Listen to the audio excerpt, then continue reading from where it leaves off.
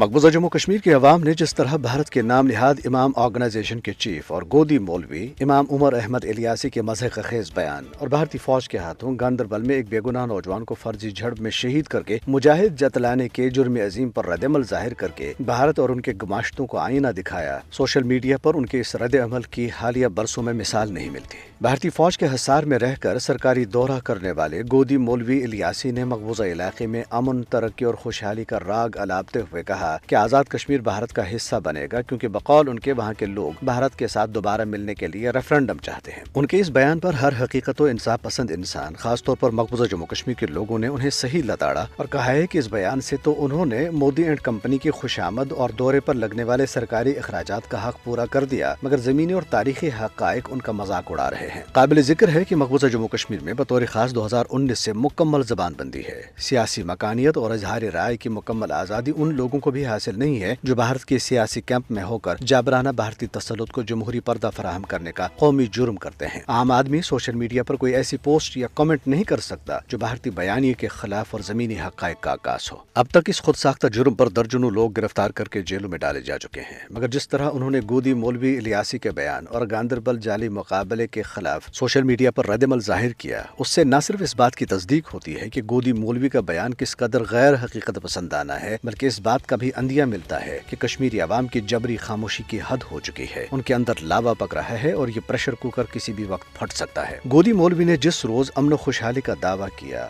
उसके 2 रोज बाद ही भारतीय फौजियों ने गांदरबल में एक बेगुनाह नौजवान को अगवा और फिर जंगल में ले जाकर शहीद करके गैर मुल्की आतंकी जतलाकर गोदी मौलवी के दावे की धज्जियां उड़ा दी। गोदी इलियासी के अंदर अगर दीनी गैरत की रमक भी बाकी होती तो इस वाक़े के बाद अपने बयान पर माफी मांग लेते। गौर कीजिए, गोदी मौलवी साहब ने अपने बयान में अल्फाज तक वही इस्तेमाल किए जो अक्सर अमित शाह, बीजेपी के दीगर कारिंदे और गोदी मीडिया करता है, जो इस बात का मजहर है कि मौसूफ के मुंह में भी सरकारी अल्फाज डालकर भेजा गया था। जहाँ तक उनकी आज़ाद कश्मीर के बारे में हर्जा सराई का ताल्लुक है तो बॉलीवुड स्टाइल का ये बयान दिल तसल्ली के लिए तो ठीक है, मगर जमीनी और तारीखी और कानूनी हकाइक से कोसों दूर। पहली बात तो ये कि आज़ाद जम्मू कश्मीर कभी भारत का हिस्सा रहा नहीं, तो भारत में दोबारा जम होने की बात कैसे बनती है। दूसरा, आज़ाद कश्मीर के लोग खुश हैं, उनके सरों पर 10 लाख फौज सवार नहीं है जो armed forces special powers act के तहत दिन रात ऑपरेशंस करके उनके सियासी और इंसानी हकूक की धज्जियां उड़ा रहे हों। वहाँ हर 2 किलोमीटर के फासले पर फोर्सेस की कोई चेक पोस्ट नहीं जहाँ उन्हें तौहीन और तजलील के मराहिल से गुजारा जाता हो। वहाँ जगह जगह शुहदा के कब्रिस्तान आबाद नहीं है। 10,000 लोग जेर हिरासत गायब नहीं हुए। वहाँ जुबान बंदी है, न जबरी खामोशी।